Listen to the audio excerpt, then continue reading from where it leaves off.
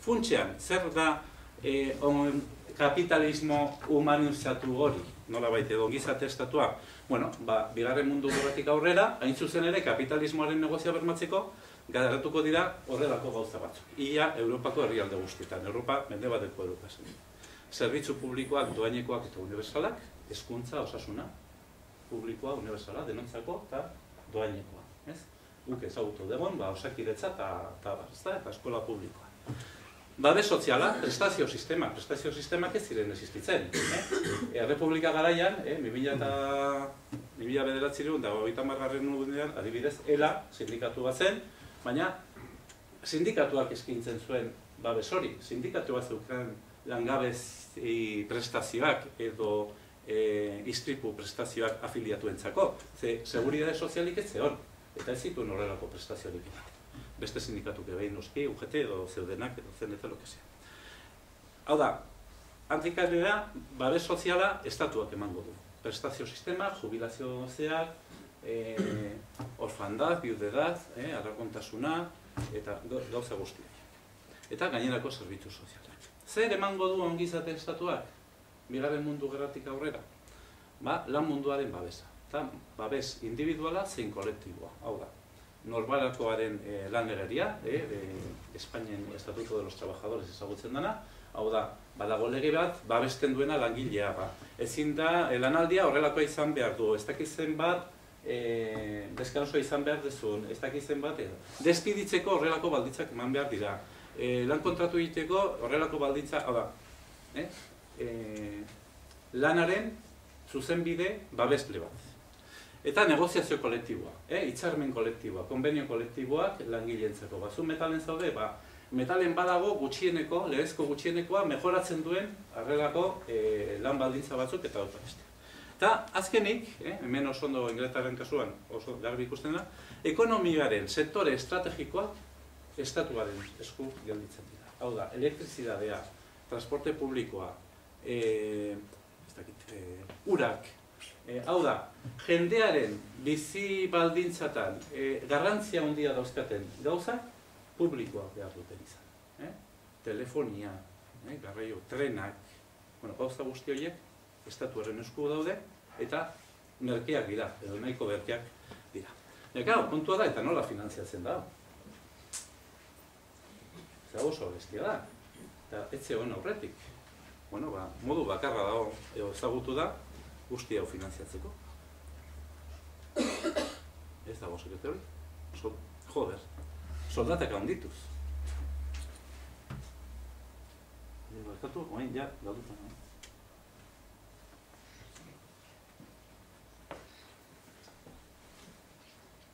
Badaki norbaitek presenta lesiones. Hemen. Nola egiten dago? Soldatak handituz. Guk oso begimotzeko gea. Eta soldataren oso kontzeptu mugatua daukagu. Pentsatzen dugu soldata dela, kontu korrentean sartzen digutena. Baina soldata hori baina asko zilago da. Oraindik ere bada, lehenagokoa baina txikiago da. Zer da soldata? Soldata da, lehendabizi, gizarte segurantzari egiten zizkion kotizazioak. Langileenak, zein enpresarienak. Hau da, zer da gizarte segurantzari, seguridad soziala egiten zeion ekarpena? Neure eta neuren eta inaktiboen gaurko eta biharko babesa. Gizarte segurantzari ematen zaionarekin, pagatzen dira, bere biharko jubilazioa, gu jubilatuko behan, baina beste kontua da, pagatzen dira gaurko inaktiboen prestazioak eta jubilazioa, pagatzen dira alarguntasun zea, pagatzen die prestazio sistema guztiak. Gaurko eta biharko eta eskubideak biharko. Soldata da, pagatzen ditugun zergak, jartzen dut, IRPF-a, personen gaineko zerga, persona fizikoen gaineko zerga, eta ze finantziatzen da zerga horrekin, edo soldataren parte horrekin finantziatzen dira zerbitzu publikoak, horrekin lortzen da hezkuntza edo osasungintza edo gainerako zerbitzuak unibertsalak, denontzako eta publikoak eta doaineko izatera. Eta gero dago soldata, soldata garbia, nire kontu korrentean sartzen dana, eta hori dela neure eta neureen gaurko mantendua. Hori da soldata. Eta nola lortu zen ongizate, aurreko ongizate estatu guzti hori finantziatzea, hain zuzen ere, soldataren 3 atal horiek handituz. Eta horrek esan nahi du, horrek suposatu zuen, enpresaren etekinak ikaragarri murriztu zirela, Bigarren Mundu Gerratik eta gero. Ongizate estatua bermatzeko, egiteko, konsolidatzeko, enpresen, kapitalisten etekinak ikaragarri murriztu behar izan ziren, eta soldata bihurtu 3 atal horietan ongizate estatua bihurtzeko. Eta horrela montatu zen Europan, Espainien eta Euskal Herrin horren beste ezagutu ez dugun ongizate estatu hori. Ze frankismoak nolabait ongizate estatu bat konstruitu zuen, baina ez Europakoa bezalakoa. Hain zuzen ere, frankismoak etzulako onartu enpresen etekinak horren beste mugatzea, Europaren izan bezala. Eta horrek esplikatzen du gure ongizatea, Espainiakoa, eta berez Euskal Herrikoa ere bai, ez honetan, Espainiako errun dagoelako, gure ongizate estatua askoz ere txikiago izatea, baina Europa, eta hemen bai, neurri batean, horrela finanziatu zen. Bueno, zein izan zen emaitza? Asko, bueno, langile kaseak, langile jendea, jende normala, ezagutu den ongizate maila handiena. Munduko gerra pasata, urrengo 30 urteetan, langileriak ezagutu duen ongizate maila handiena ezagutu zuen. Ongizate, zentzu orokorrenean, osasuntsuagoa, heziketa handiagoekin, konsumo ahalmena handiagoarekin, eta gauza beste. Hezkuntza, bueno, ez nahi sartuko, ze ordu erdia besterik ez daukat, baina nik aipatzen dut, gero hau igual aipatzen dut ere bai, ongizatea ere bere kontradizioa bat zeuzken. Ze kapitalismoaren gizakoitze horrek, kontradizio batzuk ere bazituen. Tartean, patriarkalismoa, emakumearen lekua gizartean nolakoa zen. Ongizate hori eta desarrollo, ezagutu zen desarrolloa, ekologiaren kalte, amalurraren kalte ere egizan batean, eta egiten ari da, eta ongizate hori neurre handi batean, edo desarrolloa neurre handi batean, neokolonialismo baten bati esker ere egin zen, ezta? Aplikatzen egin zuzen ere, sok politikak 3. munduko herrialdeetan, lehen gaiak, materia primak eta besteak beste eskuratzeko. Bueno, ongizate estatu hori antolatzeko parteak zerbait eman eta zerbait jasotzen dute. Eta, bueno, nik 3 parte jartzen ditut, politikak, gobernuek, instituzioak, administrazioek, patronalek, enpresak, kapitalistak, eta bestetik, sindikatuek, langile jendea, eta beste. Eta zer ematen dute, eta zer jaso. Bueno, politikak zer ematen du. Lege babesleak egiten ditu, langileentzako, eta beste. Duela 30 urteko lan legeria askoz babesleagoa da duela 100 urteko baino. Eta infrastrukturak ematen dizkio kapitalari. Hombre, kapitalarentzat importantea da hezkuntza sistema potente izatea, horrek produktibitatea ikaragarri multiplikatzen duelako, ezta?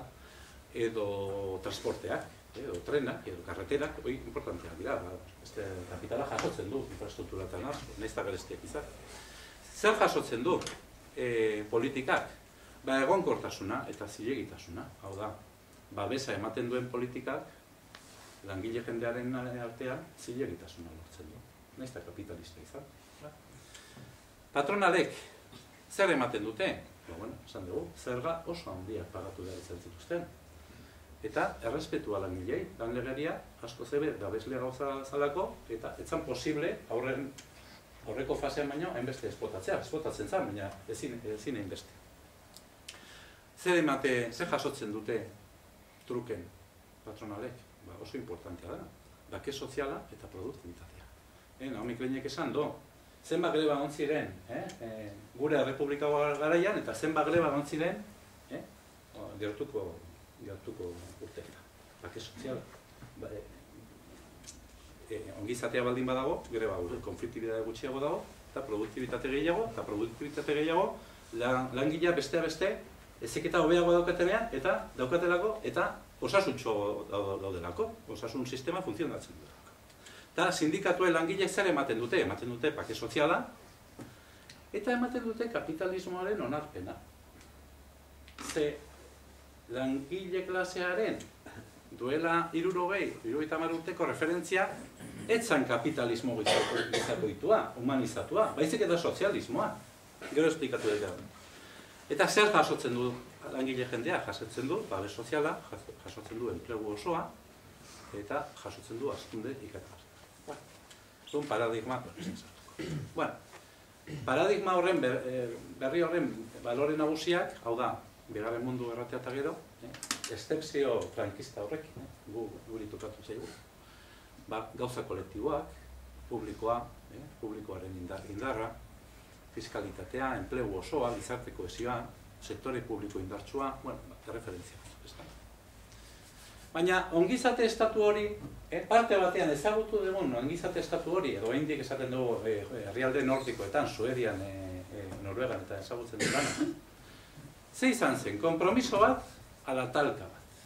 Nik uste hau, galdera importantea da, ulertzeko hain pasatzen zaigu. Nik esaten dut, hau diskutigarria da, ongizate estatua konpromiso bat izan zela, baina ez zen borondate honetik abiatu. Talka batetik baizik.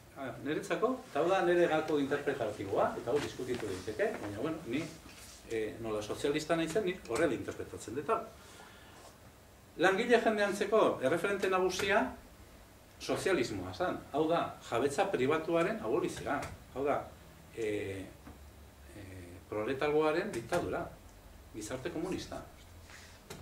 Eta kapitalismoaren helburua, jabetza pribatua, demokrazia burgesa eta gizarte irekia. Eta talka horrek oso koiuntura konkretu batean, resultado bezala eman zuen ongizatu estatua. Ez dakit esplikatzen nahi izan. Badakit diskutigarria da, baina gero diskutitu.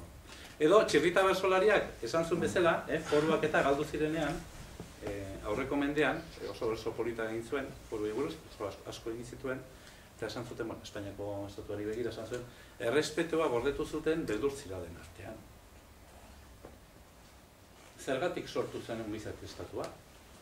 Kapitalak, esan deten bezala, sekulako negozio zeukelako, baina arriskoa ere, langile jendea bloke komunistara pasatzeko mendebaldeko estatua. Hau da nire interpretazioa.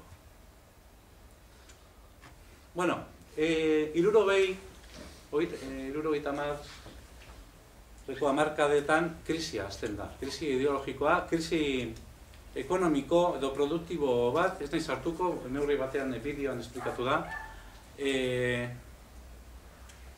Baina, hor esan daiteke, hemen Chicago Boys eta zera esplikatzen da, oldarraldi bat hasten dara. Oldarraldi, dendabizi intelektuala, eta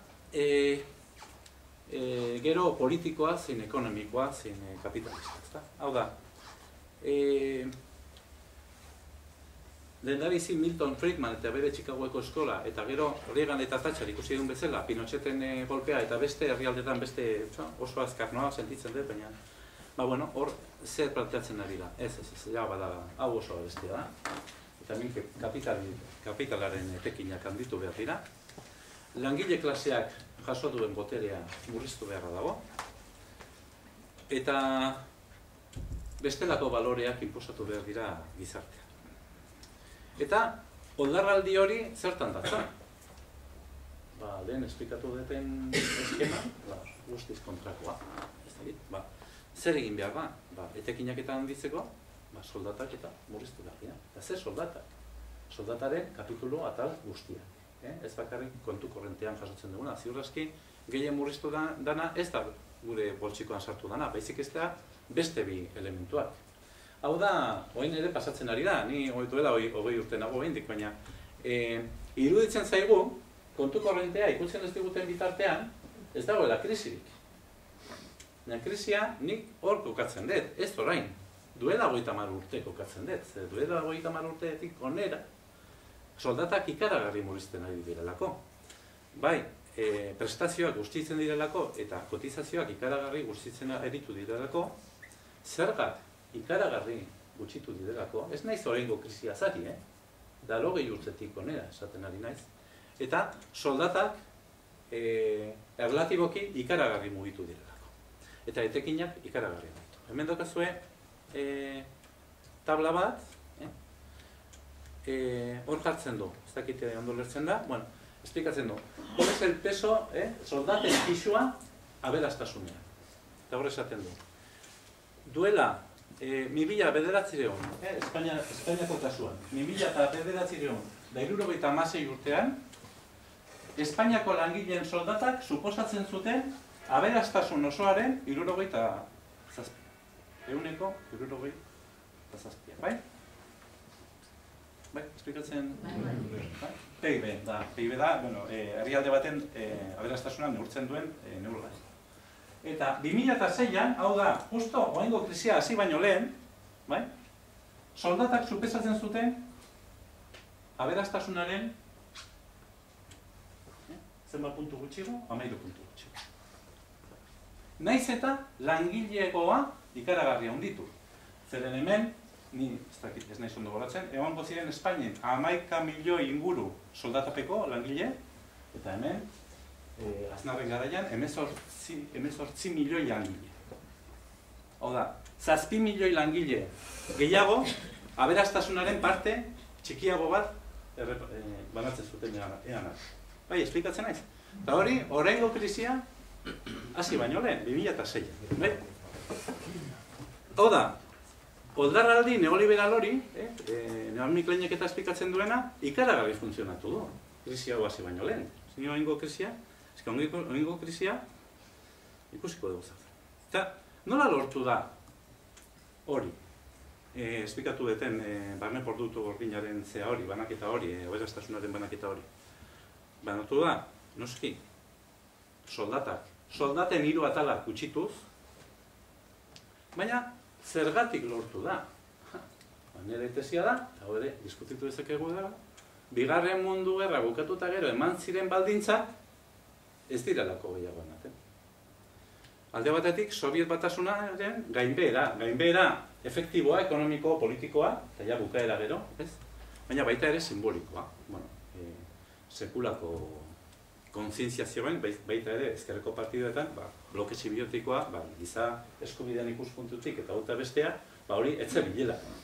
Simbolikoki eta efektiboki Sobiet Batasuna bera dator, hau da, referente komunista zea gainbeheran dago.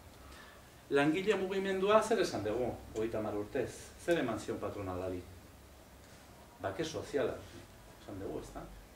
Horrek zer esan edo? Desmobilizazio ikaragarri bat. Guk hemen, gure historia propia daukagu, transizio politikoa egon zan, sindikatuen legalizazioa, borroka, gu historia bat, baina ari nahiz egiten Europako eskema bat. Hemen badaukagu beste elementu batzu. Kapitalismo gordinaren garaianen ahaztura. Hau da, belaunaldi berriak ez dute gogoratzen gerra horreko kapitalismoa zertzen eta esplotazioa zertzen. Hau da, Sobiet Batasuna ez dabil, hori argi dago, baina, nola, ez dezu ezagutzen kapitalismoa norainoko izan diteken esplotatzailea, batzuk ez diozu beldurrari kapitalismoari, ez dakit esplikatzen nahi zen. Eta azkenik, post guztien formulazio kapitalzalea. Hau filosofian eta kulturaren zea, baina, postmodernismoa, postnazionalismoa, garai postideologikoak, filosofian asko manejatzen diren konzeptuak, postsozialismoa, postodo. Baina, oldarraldi liberala, nik honi garrantzia handia ematen diot, nik baloreen eta ideologiaren ikuspuntutik nik azparmearratu nahi dut oldarraldi liberal hori, oldarraldi kapitalista hori, balore batzuk indartzen dituela. Eta, nik hor jartzen dut, zerbait jartzeagatik, baina nik garrantzia handia ematen diot, ideologia berrian, paradigma berrian, desberdintasuna, zuzena, onuragarria eta ekidinezina. Hau da, aurreko garaian, Bigarren Mundu Gerra buketuta gero, paradigma baldin batzen, berdintasuna, justizia soziala, berdintasuna, hemendik aurrera, hortik aurrera, desberdintasuna izango da zuzena, zuzena da, aukera aprobetxatzen dituna, eta saiatzen dana, eta lana asko egiten duna, zuzena da, desberdina izatea, eta gehiago ukitzea, eta, y el que no trabaja, que se joda, eta, zuzena da desberdintasuna. Onuragarria da, lehiago akortasuna sortzen duelako, ona da desberdinak izatean. Hau, 19. mendean ere esaten zen, hemen apaiza daukagu, lekuna daukagu, tienen que existir ricos para que los pobres, no, tienen que existir pobres para que los ricos se salven haciendo limosna. Bueno, onuragarria da, hau. Eta ekidin ezina, ezta? Bueno, beti egongo dira pobreak eta aberatsak, ezta? Bizitza horrela. Bueno, nik uste, hau oso sartuta dagoela. Eta Marxek esaten zuen bezala, neurri ekonomiko batzuk bultzatzeko ideologia kongruente bat, ideologia apropos bat behar da. Aldaketa ekonomiko horiek eta sozial horiek ematen. Bueno, hor dago The Road of Serfdom liburu zeana, Friedmanena, izuzen ere, El Camino de Servidumbre, traduzio erdera ez dakit, ez dut uste euskaraz. Eta, estatua zer da? Aurreko garaian, Bigarren Mundu Gerra eta gero zer pasatu da. Estatua oso handia egin dela, babes sozial ikaragarria ematen duelako, osasun sistema, hezkuntza sistema, enpresa publikoak, sektore estrategikoak estatalat dira, hidrokarburoak, energiak, elektrizidadea, telefonia, zer esaten dute hauek? Estatua txikitu behar da. Babes politikak, parasitoak sortzen ditu. Jendeari prestazio bat ematen badiozu ez du lan ibilauko, hau oso zea. Eta etekina ematen duen guztia privatizatua izan, privatua izan behar. Iskat Thatcherren eta esplikatu dana. El Destino, no seke, la British Petroleum, ez dakiz zer, enpresa guztiak privatizatu. Londreseko metroa, dana privatizatu. Etekina ematen duen guztia privatizatu egin behar da. Eta Renfek ez badu etekinik ematen, ez da privatizatzen. O, bueno, hain bai, adip, ze abiadoren diko entrenak, igual bai, bueno, ez dakit. Hau da, aurreko fasean, paradigma baldin bazan, kolektiboa, publikoa, fiskalitatea, enplegu osoa, paradigma berriaren baloreak izango litzateke, individualismoa, pribatua eskaintza. Beren bezala, politikak, botere ekonomikoak, sindikalismo sistemikoak, zer eman, zer jaso, eta bueno, azken urteotan aplikatu diren politikak, ezta? Hau esplikatu dut. Bueno, eta hain gaude, oraingo krisian, ezta? Nire ustez, 60ko hamarkadan hasten den krisia, baina, bueno, orain, beste krisia da, eta... Bueno, ze pasatu da azken urteotan? Bueno, alde batetik, sorpetze iktarra bat zegoela, bankarena, enpresena eta familiena. Erabaki da, sorpetze publikoa, sorpetze pribatua, la deuda privada, 3,50 manatu daiteke. Enpresa zeukaten zorra, daukaten zorra, familia dauzkaten zorra, kredituak eta bankuek dauzkaten zorra, eta beste bankuekiko. Eta zer erabaki da, krisiaren hasieratik, praktikamente hasieratik, bankuaren zorrak estali behar direla diru publikoaz, ez familien zorrak edo ez eta enpresen zorrak. Bakarrik, zorraren parte, zorrar pribatuaren parte bat bakarrik, estali behar da. Hau da, diru publiko pilo bat eman behar zaio bankuei beren zorra pahatzeko. Hau da, Espainiako bankuei, Alemaniako bankuei, ordain dizaioten, burbuja finantziatzeko erabili zuten dirutza guztia. Gure kasuan hori izan. Nola pagatzen da bankuei emandako diru guztia? Gasto sozialan piztuz. Erkidegoaren kasuan, datorren astean, edo hemendik astea aprobatuko dira presupuestoak, horrekontak, 1.200 milioi euro gutxiago aurtengo iazko presupuestan ere murriztu nintzen, eta datorren urtekoa segurazki ere. Eta zer egiten da gainera, zergan estrukturak eta aldatuz. Konturatu baldin bat zeate, eta shock doktrinaren liburua irakurtzen baldin badizue, ikusiko dezue, shock politikak, Naomi Kleinek behintzat esplikatzen duen bezala, aplikatu direla, demokrazia existitzen ezan edo oso kolokan zegoen herrialdetan. Hau da, noiz aplikatu ziren shock politika hauek Ego Afrikan, bain zuzen ere, apartheiden bukaeran. Noiz aplikatu ziren Txilen, golpe militar baten bidez, Pinocheten golpe militar baten bidez. Noiz aplikatu ziren Errusian, transizioa eman zen komunismotik kapitalismora. Beti, salbuespen egoeretan, demokratikoki, politikoki salbuespen egoeretan eman ziren transizio edo shock politikak. Eta gu pentsa genezake, jode, hemen zerbait berria gertatzen ari da, ezta? Zebain, shock politika aplikatzen ari dira, hain zuzen ere, Europaren bihotzean. Eta, bueno, nik debaterako, gauza bat proposatzen dizuet. Debate bat proposatzen dizuet, gero, bueno, hartu dezakeo, Portugal, Italia, Grecia, España, deitu izan zaie, pigs, ezta? Los cerdos, ¿no? Osa, siglakin, pigs, ¿no? Igual es pigs, ¿no? Nik esaten dut, igual ez die pigs, igual dicks, dira. Zer dela eta krisia gogorragoa da Europan oso gertura arte, oso orain dela gutxi arte, diktadura esan gutu duten herrialdetan. Ez dakit esplikatzen nahi zen. Zer daukate amankomun Portugal, Grecia eta Espainia? Oso berandu arte, diktaduratean egon direla. Eta kasualitatea da, 3 herrialde horiek izatea, krisi gogorrena pairatzen izatea, bueno, nire ustetan, 3 herrialde horietan, Portugal, Grecia eta Espainia, debaterako eman izatea, gertatzen dira, transizio politikoak gertatu zirelako, etzialako errebisatu terrateniente eta oligarkia zeuzkaten privilegioak. Eta horrek ekarri du gurean, oraingo krisia asko zedesakonagoa izatea. Baina, bueno, hori debaterako guztatik. Bueno, zertan gaude?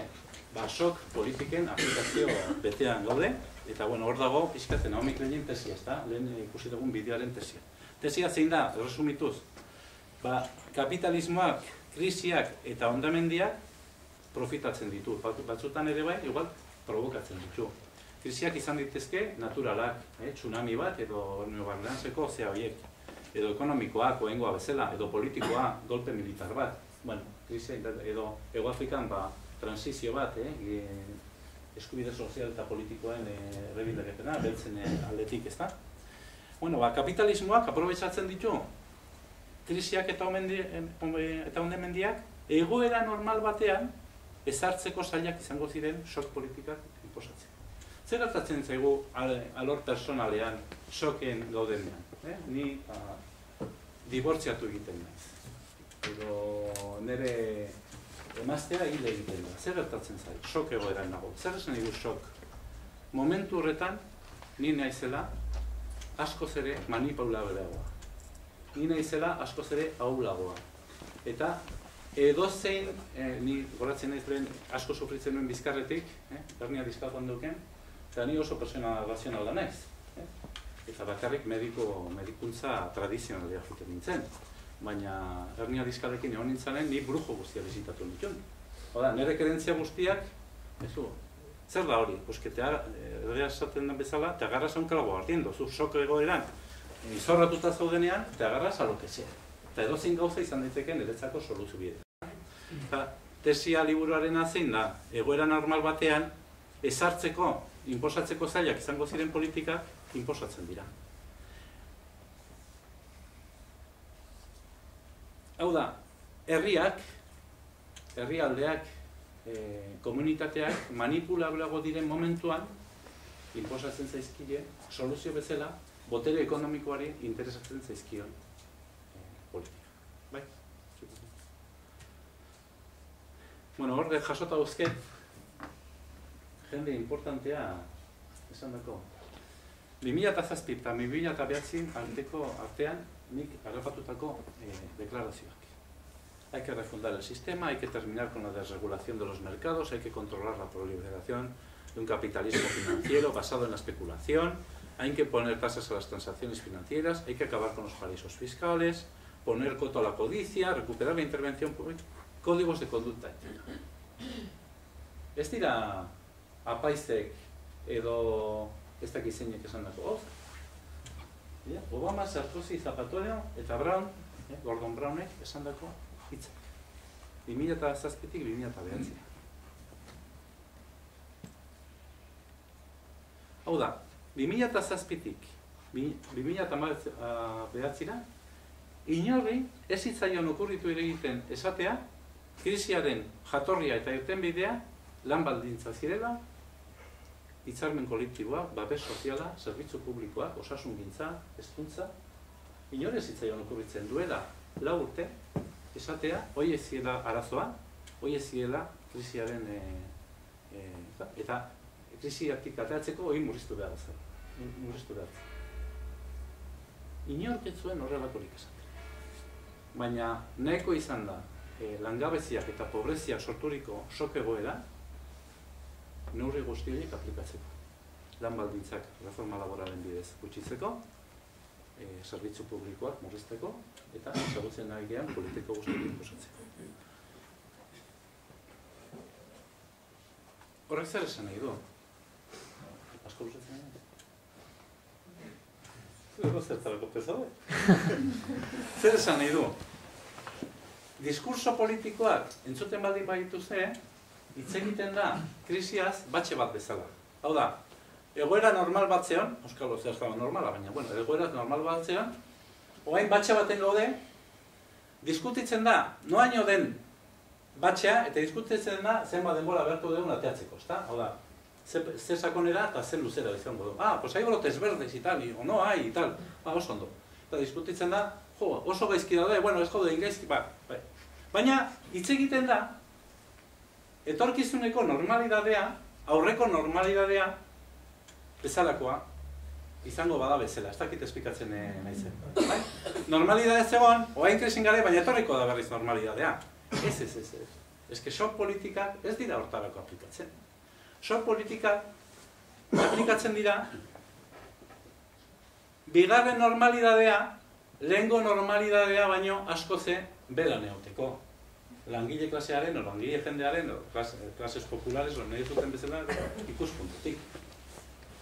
Edo, lehen esaten genduen bezala, termino makroekonomikoetan,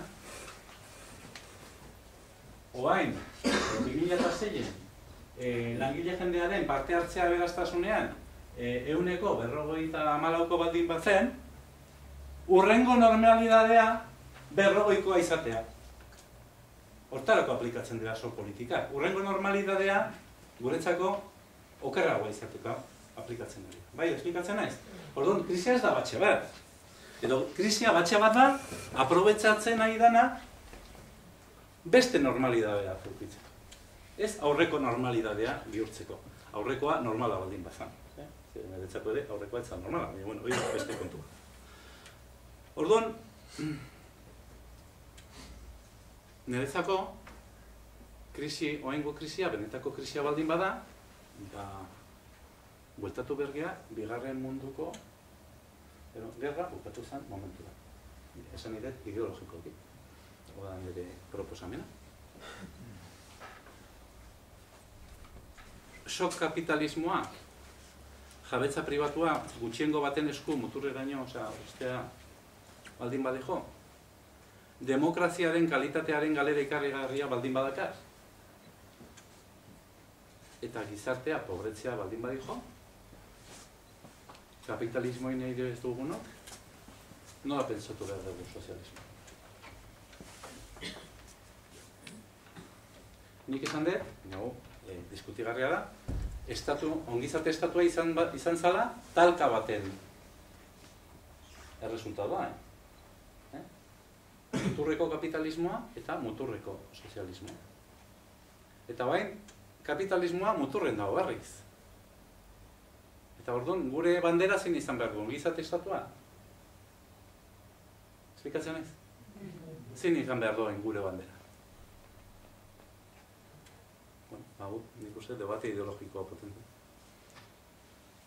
Beste baten esan da, posible alda, lehen hau ipaturiko 3 kontradizioak, patriarkalismoa, neokolonialismoa, planetaren aurkako desarrolloa. Posible alda, lehen ipaturiko 3 kontradizioak eta laugarren bat gainituko duen hipotesi sozialista bat? Ez patriarkala, demokratikoa noski, amalurraren neurrikoa, ez koloniala, eta partidu baten hegemonia huts baten ordez, hegemonia kultura, zin sozial eta politikoan oinarri hartzen duela. Zeren, nire ustetan bintzat, Soviet batasunaren arazo handienetariko bat hori izan zen, ezkenean partidu batek ordezkatzen zuela dana, gizarte osoa, demokrazia galtzeraino, Eta, hau zen hitzaldiaren zer egin diogu Marxi, eta zer egin behar diogu Marxi atzoko sozialismoa biharkotze aldera. Nik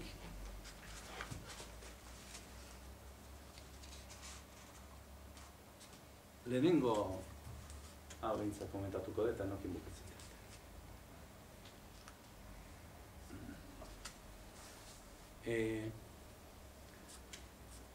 Sozialismoa, komunismoa asko, ez egin dena esan, burla asko egin zaio komunismoari. Hor daude komunistak. Jabetza pribatua abolitu nahi dutena. Osak, hemen Zorrigi eta biok hortzetako zepillo bera erabili beharko deula. Edo hemen daude komunistak, unos renkorosos, no? Hauek, ez daukate zer, esaten dute dana danontzako. Hau da, beti komunismoari ezarri zaio zea bat. Edo, nola konpartitu behar dela. Eta nola, zu renkorosoa zea, hemen batzuk arrakasta dukate, eta zu zea renkorosoa, zu zara enbidiosoa.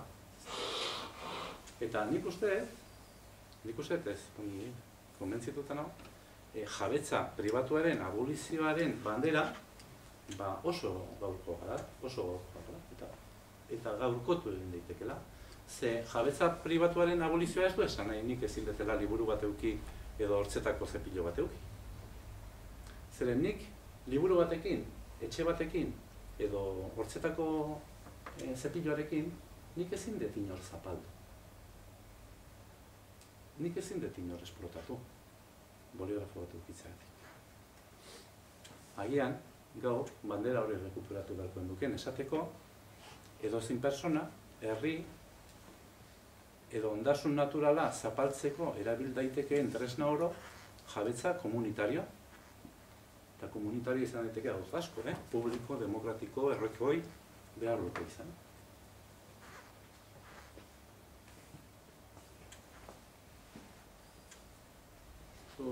Ur botilaekin norbait zapaldu eikezu?